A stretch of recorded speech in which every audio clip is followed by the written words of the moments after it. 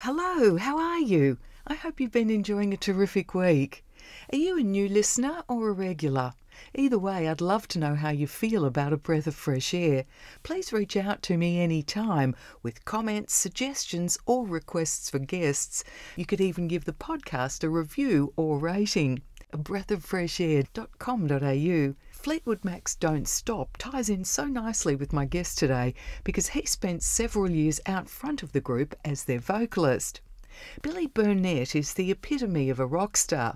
He's been creating music on a professional level for so long that he hardly even remembers recording his first single at the age of 7. He's the son of rockabilly icon Dorsey Burnette, the nephew of Johnny Burnette, and both these greats named rockabilly after him. In the 50s, Ricky hung out with all the music greats, and he's written songs for artists like Ray Charles, the Everly Brothers, Roy Orbison, Jerry Lee Lewis, and a whole lot more. As you're about to discover, he's quite a character with loads of stories to tell. Let's meet him, shall we?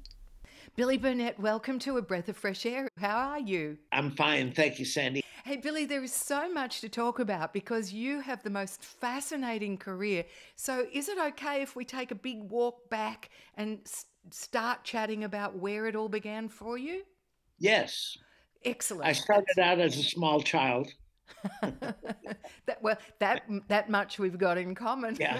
My dad was Dorsey Burnette, my uncle Johnny Burnette. Tell us a little bit about them. They kind of like started the whole rockabilly scene in Memphis right around the time I was born. In fact, I was named after the song Rockabilly Boogie. Me and my cousin's name is Rocky, and my name is Billy, so they called the song Rockabilly Boogie. They wrote about us. So you're telling me that the whole genre of rockabilly is you and your cousin's name put together? I think that's the first time it was in a song and whatever. Yeah. They started that and they grew up with Elvis Presley. And they were hanging out with Elvis back in the day? Oh, yeah. My dad used to run them off from rehearsals. They grew up in the Lauderdale courts there. And that's where they used to rehearse the rock and roll trio, was in the laundry room there. And Elvis would come by and hang out. A very cool time to be in music. You weren't very far off starting your own music career. You talk about being a small child. Your first single came out when you were just 7 years old. Yeah, it was a thing my dad and Joe Osborne wrote at the time. So I've been in it all my life. Yeah. But were they shaping you to become a singer, or you wanted to be? How did that happen? I kind of was a ham as a little kid, and there was guitars and people over all the time. So I started performing early. I think I sat in with the rock and roll trio when I was about 3.5. So you were never the shy kid in the corner? No. And then my next thing was Herb Alpert produced me, and Leon Russell played the piano on the song called Just Because We're Kids. It was a Dr. Zeus song. I was named Young Billy Bo. And then I toured with Brenda Lee. I went to the Far East with her when I was about 13. So I've been doing this stuff all my life, really. And of course, you had the full support of your parents in doing all of this. They must have thought it was great. Yeah, my dad passed away in 79. He'd taken me down to meet a guy named Chips Moman. And I went back to Memphis with Chips, and I was signed to Columbia Records. I think I was about 18 at the time. Tell us who Chips is. Chips Moman was a very famous record producer, played guitar on some of the Aretha Franklin records, produced Elvis in 69, I think the comeback album, Suspicious Minds and all that stuff. All of these people just saw the potential in you and took you under their wings. Yeah. I was really blessed to be around some of the people I've been around all my life. Did you ever not want to do it? Not really. That's all I've ever done, really. I mean, it's in my DNA because I thought that everybody was in the record business and everybody would talk about how their records were doing in the morning. I mean, I went to the grammar school in Hollywood. I thought everybody did this thing, you know. I'm really jealous about that. You kept writing songs, didn't you, that started getting covered by a whole lot of artists? Yeah, I started writing about that time, yeah. I had my songs cut by Roy Orbison and Jerry Lee Lewis and Conway Twitty, Loretta Lynn, and Tammy Wynette. I mean, the list goes on forever. I've been really blessed in my writing career. You're not only a talented singer, you are obviously a very talented songwriter as well. And you had the right connections in the industry to get your stuff out there. I probably didn't get my first cut until I did my first album. I stayed with Chips for a while, then I moved around and I was, kind of find myself as an artist, I didn't know about my dad's rockabilly stuff really until 1980, until after he died, that I didn't get into the rock and roll trio and realize what they had done back then. How come you never knew? He never talked about it much about the rockabilly stuff. He was always into what was going on there. I mean, he produced artists like Stevie Wonder. We had like Glenn Campbell hanging around the house. My first gig as a musician was with Roger Miller when I Wow. was very young. Wow. So, having had them in your life, you weren't starstruck. I guess it would have just been really natural for you, was it? I really was in awe of them. I mean, there was a lot of people hanging around after I grew up and realized that I was really blessed. My dad was a great artist himself, great singer. What was your favourite song of his? Oh, God, he had so many. God, the Tall Oak Tree, when I first met Bob Dylan in Hollywood at a party, he told me that the first college song was Tall Oak Tree. And I called my dad the next morning and said, Dad, I met Bob Dylan last night and he's a big fan of yours. Later on, I went to work for Bob Dylan for a little while. Right. So, while you were growing up, just before we leave your early years, you said there were people hanging around the house all the time, and you met people like Ricky Nelson and Sam Cooke and Fabian, Oh, yeah, Rick was a good friend of mine. Yes. another awesome musician. Yeah. And the And Sam Cooke thing, I got to sing with Sam one night at Brenda Lee's birthday party in Hollywood. And I really, was a young kid then. I think the Colonel Tom was there that night, Parker. My mom and dad knew all these people. wow. Billy Burnette, you then moved yourself into LA, didn't you? You took yourself away from Well, Memphis. my dad actually moved to LA in the late 50s, to start his career. And he wrote a lot of the Rick Nelson hits at the time. Believe What You Say, and It's Late, Waiting in School, and a lot of Rick Nelson's really big hits. Okay, so now you're growing up in LA, surrounded by musicians of all ilk there. And I read a story about you when you met Jimi Hendrix one night at a show. Yeah, well, I used to sneak into concerts when I didn't have tickets. I went to the Forum and went into the backstage door and carried his amp in, little champ amp. And he came back in and plugged in and talked to us. He was very, very nice, very sweet guy. So he snuck you into that gig by telling you to carry Yeah, the it amp was in at and the pretending Forum. I you were mean, road it's crew. where everybody played back then. And I went to all the concerts I could. So you're a singer, you're a songwriter, but you also play the guitar, right? Yes. Where'd you learn to do that so well? I learned when I was about 16 or 17. They were everywhere. The guitars were all over the house. And I wish I'd have picked it up earlier. If you had wanted to play drums, could you have? Or it was I guitar or nothing? didn't. There was a guitar, there was a piano in the house. I learned how to play a little piano. And I've Right. been fortunate enough to work for 7 years with John Fogerty. I've played for a lot of different people. You started doing a whole bunch of solo records in the 70s and the 80s. How did they go for you? Well, the one I did in 1980 was a rockabilly record. So I started playing the clubs in LA, and they thought I was a punk band doing this rockabilly stuff was punk music. And my record actually did very well in New York and LA. Nowhere else. So the record company said, well, this rockabilly stuff is not going to happen. And then the Stray Cats came out about 6 months later with Built for Speed. And my dad had 2 songs on that. So I think this business is all about timing. Your main inspiration for all the rockabilly music was, of course, your dad. Yes. And I just kind of started writing more of that kind of stuff, because I like the up tempo. And I still do. The Oh, last band I was in, I guess, would be Fleetwood Mac. share with us the story around how you came to be with them. Well, I was at this Dick Clark 25-year anniversary, and I met Mick Fleetwood, and him and Lindsay actually called me to do Saturday Night Live with them in '85, and started writing with Christine McVie. In fact, I have a song on her new album now that her and I wrote. I want to talk And to you about that. But why did they want you to be part of the band? They already had a band. well, it was Lindsay and Mick asked me to join the band The Zoo. At the time, it was called the Cholos. And some time went by, and I was doing records myself. And then when in '87, I think Stevie and Lindsay got into it about something, and they asked me to join the band. And I joined from '87 to 1990. So was I was Lindsay a fan still almost there that 10 years. whole time or he'd gone?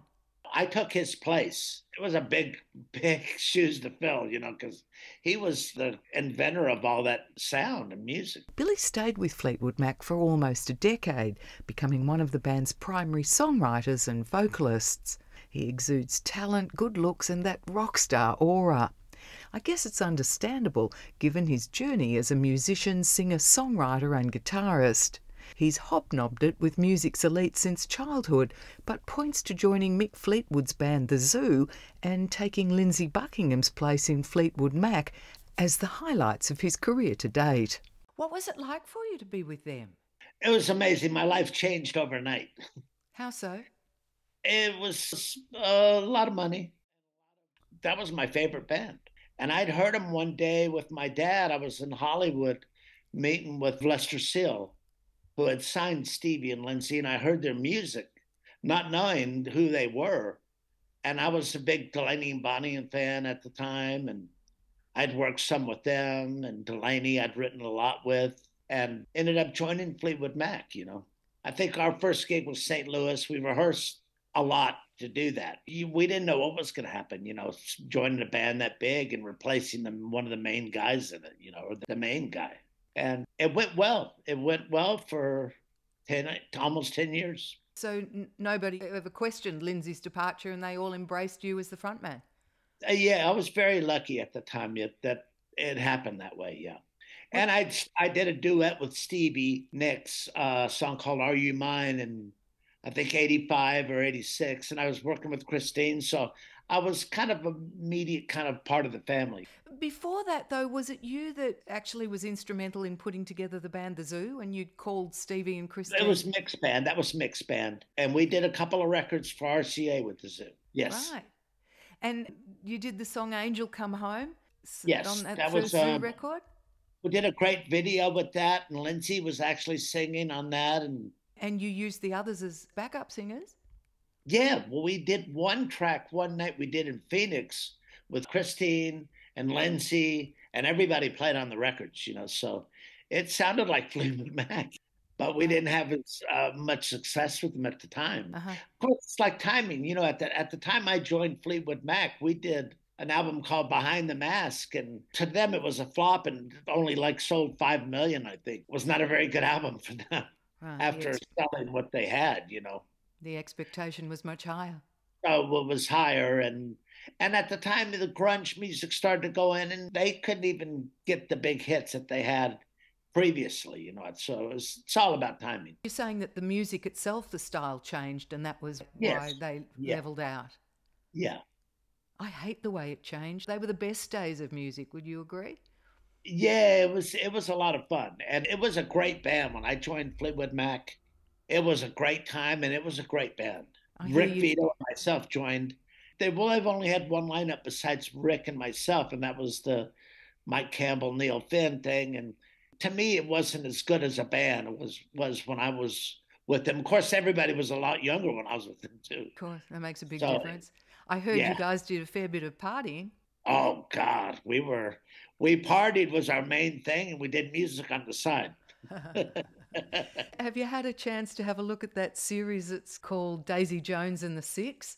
I haven't, no. It's a 10-part series loosely based on the story of Fleetwood Mac. Oh, really? Yeah, I think you'll really enjoy that. It takes you right back. Somebody told me about that in Hollywood the other day, and I haven't got a chance to see it yet. Yeah, check it out. It's really worth watching. Oh, cool. Yeah. It's like reliving the 70s. It's wonderful. Yeah, it was a great time. When I was with Fleetwood Mac, we were sold out. In fact, a lot of people thought that it wasn't going to fly, before we went out. But I think we broke records, and it went amazing all over the world. We toured a lot then. I think I did 3 or 4 world tours with them, and we even continued on a little past when Stevie had quit the band first time. They've had an on-off sort of relationship for so long, haven't they? Unfortunately, we lost Christine not so long ago. But... Yes, and Christine we had written about 5-6 years ago, and there's a song that's on our new album called Giving It Back that her and myself and Georgia Hawkins wrote, yeah. She was an amazing lady. In fact, each one of those guys were pretty amazing. Instantly became friends, and we used to have a room at my house in L.A. where she'd stay over all the time, and Mick would stay over a lot, and it was pretty much of a party house then. Yeah, nobody did too much sleeping. No, Well, not I in the think I was up traditional sense. most of the '80s. I was up with them, but You're lucky. we had a lot of fun. Yeah, I bet you did. You're lucky you survived it, really. In retrospect, you'd have to look back and go, thank God I'm alive today after doing what Oh I did yeah, I then. have. I've had some health issues, but it's all. I've had heart attacks and all that kind of stuff, and that's all behind me now. I think Lindsay actually had a little trouble with this. He had a 5 bypass heart operation. I did as well. Right. Yeah. Because you've lived the life of excess then. No, my doctor said it was purely hereditary. My dad died of a heart attack. Did he? Was just 46. Oh, wow. Of That was course, in those 45. days, they couldn't save people like they do Yeah, today. in fact, the only open heart surgery only goes back to 69 or something like that was the first one. Now they do them pretty routinely. Of course. And there's a lot of great hospitals in Nashville. So when I had my heart problems, I was in the right place, Yeah, right. All about the timing again. Life is all about timing, really, isn't it? And as you said earlier, and who you know, Yes. both of those things you need. When you were with Fleetwood Mac, I believe you did a cover of the song "Tear It Up" that your dad's Yes. band had done too, and one of our top artists in Jimmy Barnes helped you out Jimmy there. Barnes was actually sat in with Fleetwood Mac in Sydney, and we kept Stevie and Chris said, "Let's keep that song in the set because it went over so well." And Jimmy sang the hell out of it, when he sat in with us that night. And Jimmy had actually toured with us in the Zoo Band, so we were good friends with him. And Mick and I and myself played on the Working Class album, on a couple of cuts on that. What do you think it was about them as Fleetwood Mac that really gelled, that really resonated with audiences It everywhere? was just really magical. I mean, Stevie and her stuff and Lindsay and his thing, they were a magical band. I mean, that was my favorite band. So when I got to join the band, I was so honored and so amazed that that actually happened to me, that I'm joining my favorite band Yeah, I can imagine. forever, Couldn't have wished for anything better. Yeah, I was blessed beyond belief, at the time. Does it come down to chemistry between the individual members that's that special I think ingredient? so. I mean, we hit it off really well with Mick and I had the band, and we had a bunch of members come through the zoo, and we immediately became good friends, like almost best friends for a long time. Right. Christine actually wrote most of the songs for Fleetwood Mac, didn't she? Yes. A lot of the big hits. I think she had more hits than anybody in the band. So she wrote solo or with the others? She wrote with the others, yeah. Okay. And her solo stuff didn't take off like Stevie's did. Stevie's pretty much, she's doing now concerts with Billy Joel at football and baseball stadiums. We all know that Stevie Nicks' career has been legendary. The relationship that she shared with the late Christine McVie has often been described as the reason the band worked so well together. Stevie and Christine went way beyond being mere bandmates. They brought different musical elements to the forefront of the band's unique sound, and there was no hierarchy. Each member of Fleetwood Mac fulfilled a pivotal role. While Christine was revered for the song Songbird, Stevie Nicks always labelled Oh Daddy her favourite. It was an homage to Mick Fleetwood. Yeah. We're unlikely to see Fleetwood Mac getting back together again. I don't think so. I think Mick said it was over this last time at the Grammys, and they did that tribute for Christine. Right. So how would they spend their time? I mean, we know what Stevie's doing, but how would the others then spend their time if they're not in the biggest band in the world, touring all the time, coming off the road like that and off the highs of having so many hit records? That wouldn't be really easy. Well, John, the bass player, he had a sailboat, and he was always sailing around the world. And Stevie had her solo career. Christine, we were always writing or hanging out or playing music somewhere, And Mick, of course, we had the Zoo band together. Stevie and Chris and Len, they would, wherever we were, they'd join us and get up and sit in with us. The Zoo Band was a Hollywood star-studded jam band, which often saw artists like Roy Orbison, Bob Seger, Eddie Van Halen and others added to the lineup. It was one of Mick Fleetwood's side projects, and its latest incarnation in 1992 featured singer Becca Bramlett, who's Bonnie from Bonnie and Delaney's daughter, as well as Australia's own superstar hard rocker, the late Billy Thorpe, on guitar and vocals. Billy wrote most of the songs for the group. This was their single, Shakin' the Cage. What's Mick doing now? He lives in Hawaii now, in Maui. So he's sort of in semi-retirement. I think I am more than he is. That's not quite true. Billy has just released another album, which I'll tell you about next. Billy Burnette still makes his living today on the road. He plays festivals all over the US and Europe, but it's not rock music he's playing, it's rockabilly. I thought the genre was long gone, but he says it's very much alive and well. There's a lot of bands in Europe. It's more popular over there than it is here in the States. Why do you think that is? I think they've just always gone for the original stuff. I mean, it's like the blues band that Fleetwood Mac had before they came to the States wasn't as big as a band as Fleetwood Mac with Stevie and Lindsay. They always maintained their blues roots, didn't they? Yes, yeah. And I guess your roots were really rockabilly. Yeah, and when I joined the band, we did Tear It Up as a tribute to my dad and uncle. We'd kept Tear It Up in the show. In fact, once we did it in Australia, we kept it with us as our encore song every night. That Behind the Mask tour you were talking about, apparently you did something like 102 concerts on that. Didn't you get tired? No, not at the time. We had a private jet, and traveling was really nice, you know. I love to travel. Why did the band dissolve after that tour? It was actually the inauguration of Bill Clinton that got the band back together. And I actually put that together. I think Don't Stop was Al Gore's wife's favorite tune when he ran for president. That was his tune. And Al Gore asked me if I'd put together something for the inaugural, and I put it together, and Stevie asked if Lindsay could get back into that spot. And I was kind of like doing my solo thing, and it was fine. So you were really responsible for getting the band back together? Yes, actually. Yeah. Why did they decide to split up before that? When I joined the band, Stevie and Lindsay got into it about something. They got into an argument about something, and Lindsay was out and I was in, you know, and that was that way for about 10 years. And then when they did the inauguration, they came up with The Dance, was their last big hit record that they had. I mean, Lindsay's done records and Stevie's done records and Christine did records, but none of them ever did what Fleetwood Mac did. They couldn't do separately what they could do together. They were magic together, yeah.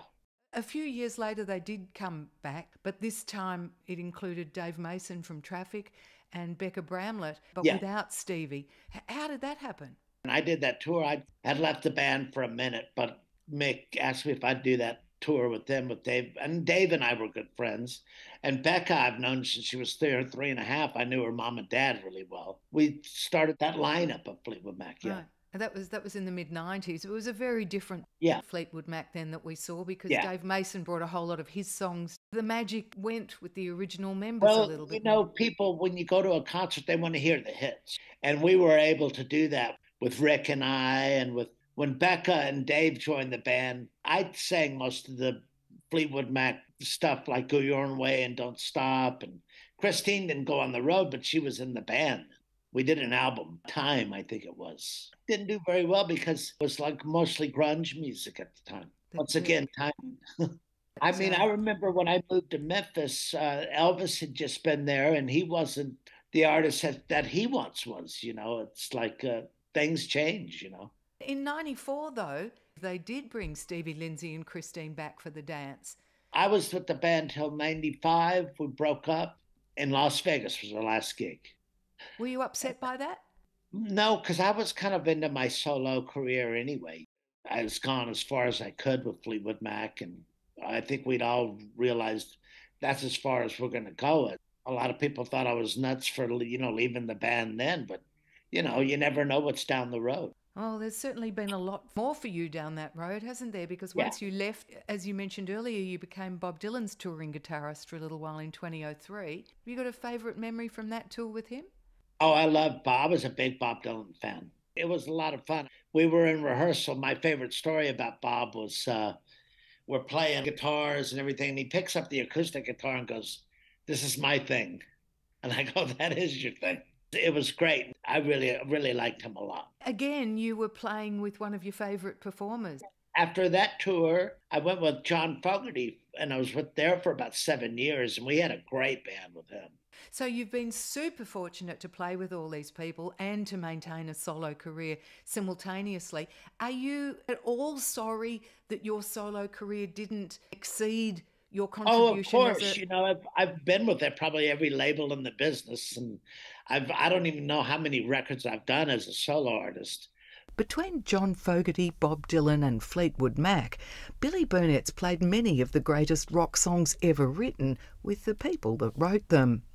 Billy's had a lifetime breathing rock and roll, and his latest offerings, a memoir and an album called Crazy Like Me, both reflect that.